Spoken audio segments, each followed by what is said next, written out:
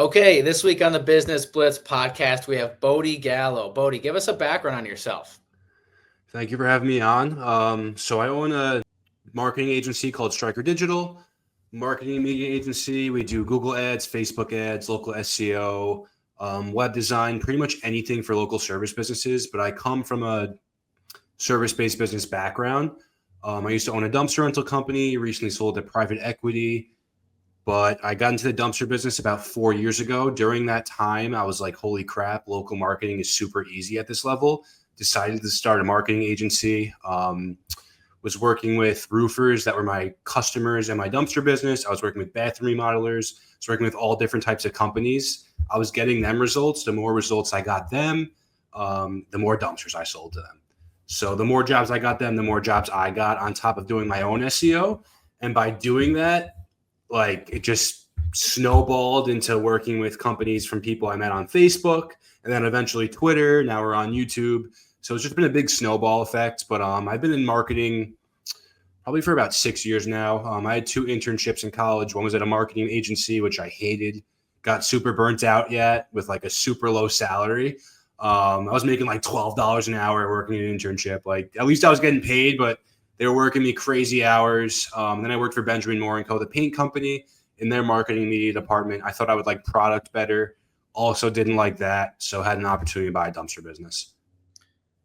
Okay, so you said threw a lot at you. Yeah. So I'll ask a follow-up. So basically, we've got 6 years ago you started Stryker Digital. Is that accurate? No, 6 years ago I got into marketing. I started Stryker Digital about 2 years ago. Okay, Stryker Digital 2 years ago. When did you buy that dumpster rental business? How was that? How did that go? So interesting. Bought a business for book value, pretty much. Just bought 20 dumpsters in the truck for about $105,000. I think we bought it for. I was in college at the time. I actually bought the business during college. I know you started your business during college too. I was in my last semester of college, and I had a teammate on my lacrosse team. He was like, hey, we should go into business together. You're a great teammate. His dad owned a really big business around town. His dad's good friends with my fiance's grandfather. And it was just like, we got to get these two together. We were trading a bunch of stocks at the time. He was like, we got to get these two together. He came to me with 3 businesses, and dumpsters was the only one that I was like, I can semi-automate this. I don't have to go all in and work every single day. I could have a driver, and I could just be on the back end doing marketing and making the routes every day. So that was the one business that stood out to me. He came to me with like landscaping, seal coating, and I was like, nah, this is the only one I want to do because I don't have to be in the business every single day, unless there's emergency. So right from the bat, you were never really day-to-day active. Owner op. Never. I was never really like an owner op. Like in the winter time, we would get in the truck because it's slow in the winter. But I was never like in the truck, hands-on, and I never wanted to be. Like, yeah, that's great. So the question about the acquisition. So a lot of people want to buy businesses, right? Yeah. So how did that look like from a financial standpoint? Did you use seller financing? Did you raise money? So I borrowed money from my dad. My dad gave me like all the money up front. And then I funded the business bank account with cash. So we funded the business bank account with like $10K each, me and my partner. And our dads funded us the cash to actually buy the business. And then it was just on us to like figure it the hell out from there. And I paid my dad back within like 2 years. So at the time it was crazy because I put all my cash into the business. I didn't have much at the time. Put all my cash into the business, and then was just like, I got to pay my dad back every single month and then pay myself to live. Right. So that's kind of how Stryker Digital also came, where it was like, I had to make more money. I'm money hungry, money driven. And I was like, I had to make more money somehow. And that's how I just started working with my own dumpster clients. Yeah, I'm with you. Definitely money motivated. I think is a strong motivator. So yeah, that's great to hear. So so I want to hear a little bit about what inspired you to buy a dumpster rental business. I don't know if you had any other opportunities to maybe start a business, but you went headfirst into buying a dumpster rental business. Like, what was that like? And basically, did you have any alternatives? Just the automation process behind it. Like, just that I didn't have to work into the business. Like, there's so many dudes that do pressure washing. There's so many dudes that do gutter cleaning. Like, stuff like that, you have to be in the business. Like what I see most of those businesses struggle with is like low capex, easy to get into the business, but tough to scale. Where like I knew a dumpster business, all I had to do was get one driver that was dependable, and I could just scale it out from there and add a second driver, add a second truck.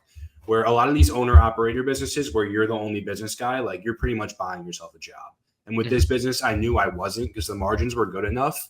And it just like this business I bought had no website, no Facebook, absolutely nothing. And for me, it was like solid business, had some like recurring customers that are roofers, construction guys. I was like, I can add residential customers to this. And then I was like, I can add more roofers. So something I did at the beginning was I would follow franchises around, franchise dumpster rental companies. And I would say, okay, they're working with a roofer. Let me go after this roofer and say, hey, like whatever they're charging you, I can do a better price. So that's one like big thing that helped me grow the business. But just from like the volume perspective of things, like the recurring revenue side of the business, I was like, this is a really good business because it is recurring revenue. It's not one-off jobs like pressure washing. For sure. Yeah, that makes sense. I want to talk a little bit about the financial side, and feel free to share as much as you want. You don't have to share everything. What was the revenue, and how did you kind of value the company when you bought it? And then also, what did the sale process look like? I think everyone loves to hear about the sale process. Yeah. So I could have sold the business a year earlier, but when I bought the company, the revenue model was just 20 dumpsters, one truck. The guy who owned it before me, 65-year-old, was just burnt out, did all cash deals, like typical old timer that like everyone looks for in buying these businesses these days. Like your typical like good business, but guy didn't know how to run a business. He just had a business. When it came to selling the business, and I just got like a list of customers, and like here's a list of customers and here's a list of dumpsters. Like the dumpsters are at these areas. Me and my fiance just drove around and like went to see, okay, that's where this dumpster is. I counted the dumpsters. Like the most unconventional, like conventional buying a business thing ever. Like total long shot, worked out, but thinking about it today, it's like, holy crap, that was crazy. Right. But selling the business, so connected. I had a couple people trying to buy us out, but I connected with this guy, Scott, who's now like a mentor of mine. He's big in M&A, and my partner and like my partner's dad knew him well, and now this guy's a mentor to me. But like connected with him, he wanted to buy the business like 2 Mays ago. I just wasn't ready yet, and then Stryker Digital just kept getting bigger. Then it got to probably like March of last year. And I called Scott, and he knew I was ready to sell. He wasn't pressuring it. Like he wanted to buy us. He's your typical like owns a bunch of different businesses. What do you guys call them? Company type. Yeah. Like one of those, but like he's not on Twitter. But like, yeah, a holding company. Exactly. And he knew I was ready to sell. He just didn't know when. And I called him one day when Stryker, like I was on calls like this, meeting cool people like you. And then I had like my phone ringing about a dumpster from some guy, and I was like, what am I doing? Called Scott, and I was like, hey, like I'm ready to sell. Like, let me know when. I called my partner and his dad, and I was like, I'm ready to sell. I can't do this anymore. Like, just my other business is too big. Like, there's just more value there. So they were fine with it, and talked to Scott, looked through all my income statements, all my balance sheets, everything like that, and was like, okay, gave us a value. I took it and gave me a lump sum up front and then monthly payments from there. And something that like every business owner should take as advice is get a good accountant, get good bookkeeping. It makes the process go way easier. Yeah. And that's like, everyone needs to know that, like, because if you don't have that in place, it'll kill the value of your business. Interesting. Yeah, that's a good point. Yeah. But clean books are super, super important. I make sure everything's buttoned up with my financials as well. So yeah, that's great.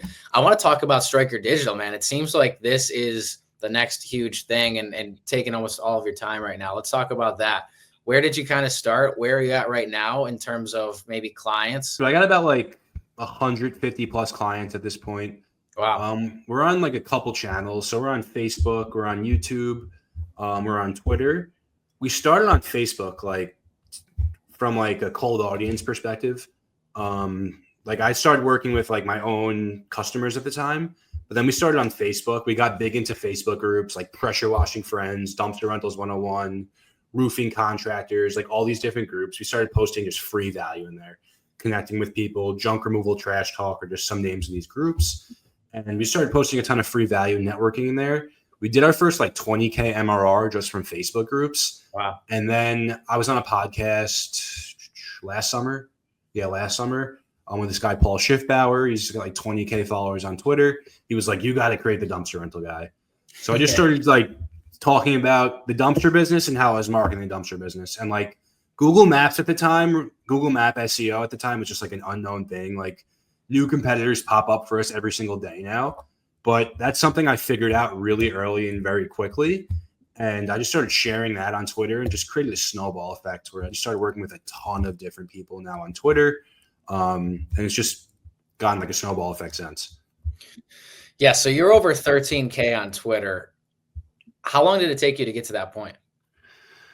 Twitter's killing me right now, believe it or not. But I'll talk to you about that after. But 13K took me November. Probably took me about like 15 months. Okay. About 15 months. And then when I dropped the dumpster rental guy name, I gained like 3,800 followers very quickly. Wow. One of my flagship questions is, how are you using social media to grow your business? And we touched on that a little bit, but what is your specific go-to-market strategy on how to drive leads from social media? The sauce is just like Alex Hormozy or Gary Vee. I'm a big follower of both of them. Give as much free value away as possible. Because at the end of the day, like no one wants to do SEO for themselves. Like my favorite types of clients are the guys who are doing $1 million plus a year. They're in their business every day, but they understand the main concepts of SEO or local marketing. They just don't have the time for it. Like I got a ton of customers who understand what we do and can do it themselves, but they just don't have the time for it. Right. But for me or anyone else looking to start this, it's just give as much free value as possible, because like free value is everything. And I do a ton of that. Like anytime there's a Google update, anytime something so small as optimizing the services on your Google My Business profile, like just give away as much free stuff as possible. I met even with like another SEO on Twitter yesterday who has about like 10, 15 clients. And he's telling me like he talked to some other SEO guy who was wanting to charge him $400 for the hour. Where like someone like me, I'll get on a call with anyone like for free. I'm not going to be like, oh, you got to pay me. Like I'll get on a call with anyone because if I can give them value, they can probably give me something down the line. Like it's all about giving and getting. Yeah, for sure. I completely agree. You got to provide value and elevate your status, show yourself as the expert in your industry, and then nudge those leads toward your paid offerings passively. You don't want to act exactly hard. Totally agree. Yeah. And like if someone's like, I will pay you, like if I don't have time, then they will pay you. I will like accept payment, but like I'm not like pushing it like pay me $500 for an hour on how to do SEO. Like I'll just never do that. Yeah. Right. Yeah. I totally agree. So talking about Stryker Digital, I want to know what your unique selling proposition is. Like, why should customers choose you over any competition? So I get this question a lot. We run Stryker Digital, like we're customer service first, pretty much. Like we run our whole entire operation through Slack, where I know most other agencies run right through email. So we run everything through Slack. So if a client has a question, we answer them within an hour or 2 hours. But also we have so much quantified results, so many different industries. And like in my selling point, it used to be like I owned a dumpster company and now like I can do the same thing for you. But today it's like I worked with a moving company in Charlotte and I can work with your cleaning company in Charlotte because look, I got them results. I can get you the same results. Yeah. It's the same playbook. So at this point, like I have so many results in other markets where my selling point is like, okay, I got this cleaning company ranked in Austin. I can rank your moving company in Austin. Like it's just at this point, it's all about I have so many results for other people. I can do the same thing for you where I'm not really selling like my dumpster rental thing anymore at all because I don't really need to. Like I have so many other case studies that I can show people. Yeah, I think you kind of got the snowball to the point where it's just rolling downhill. And the posts I see you make on social media about the social proof and like my favorite is the picture of like super low ranking on this side and then super high ranking after. It's a before and after. Those are just like unbelievable posts and super compelling for someone that might be looking for SEO. Like, look what I did. Social proof for this customer. Social proof's everything for any business. Like even your moving company, it's like if you have testimonials of your clients, like that's an amazing thing. And then if you post that on YouTube and then you link it back to your website, that helps your organic ranking. So like there's so many little things like that that are just great for any business, service, or like online service. Yeah, 100%. I've got a question for you about hiring, because obviously hiring is a super important part of scaling any business. So what do you look for in an employee? And can you talk about domestic versus offshore? What does your hiring process look like? So being bought in is everything. Like we have a team chat. I have about 15 employees now. We have a team chat. And like when people in that team chat are like, we're a second family to them, like that's everything to us. But we have one domestic employee. That's Jerry. You probably see Jerry. You met Jerry before. Jerry's like a little brother to me and Andy now. He actually just moved like 1,000 feet up the road from me in Florida. Nice. But Jerry's our domestic employee, and he's just as bought in as me and Andy are. Like he will work all day and night. Like he's just as bought in as we are. The rest of them is all like offshore. A lot of guys we've just met through like web development Discords, but we also use SIG and Passport a ton for overseas hiring. Like SIG Passport's the best. The owner, John Matzner, great freaking guy. And we use them a lot for like just regular hiring, as in it's tough finding a client success manager. I'm doing terrible finding that right now. But just on-page specialists, like it's great for whatever we need. Reporting, just like monkey VA work. But then for sales, we have setters through No Accent Callers, my buddy Ben Kaplan. And like anytime someone books a call, they get a call from him right away. So I'm all offshores besides Jerry. Gotcha. What does that client success manager position look like? It's tough. I've been looking for one for like 6 months now, because right now it's me, Andy, and Jerry and like a ton of Slack channels just communicating with clients. We're just looking for someone with basic SEO knowledge, basic Google My Business knowledge that can communicate with clients. We had someone who was pretty good, but we had to get rid of him because he wasn't bought in. Okay. And like we need people who are bought in. If they're not bought in, like hire quick, fire quick. Like that's just what we have to do. Because agency life is not for everyone. Yeah, totally agree. So if you're looking for a position and you have some SEO background, maybe that client success manager might be for you if you're a listener here today. So my last question for you, Bodhi, is what is one goal you're currently focused on achieving? It's a good question. One goal, I'm building a sales team, honestly. Like, I don't want to do every sales call. I have a pretty high close rate. People want to talk to me because of Twitter, but I want to get out of like doing every single sales call and only picking and choosing what I want to do. Just building a sales team pretty much is like my main focus right now. Is just instead of being like direct sales, like learning sales in the back end and how to trade sales guys. That's like a main goal of mine right now. With the business, it's just maintain how we're doing right now and keep giving people results.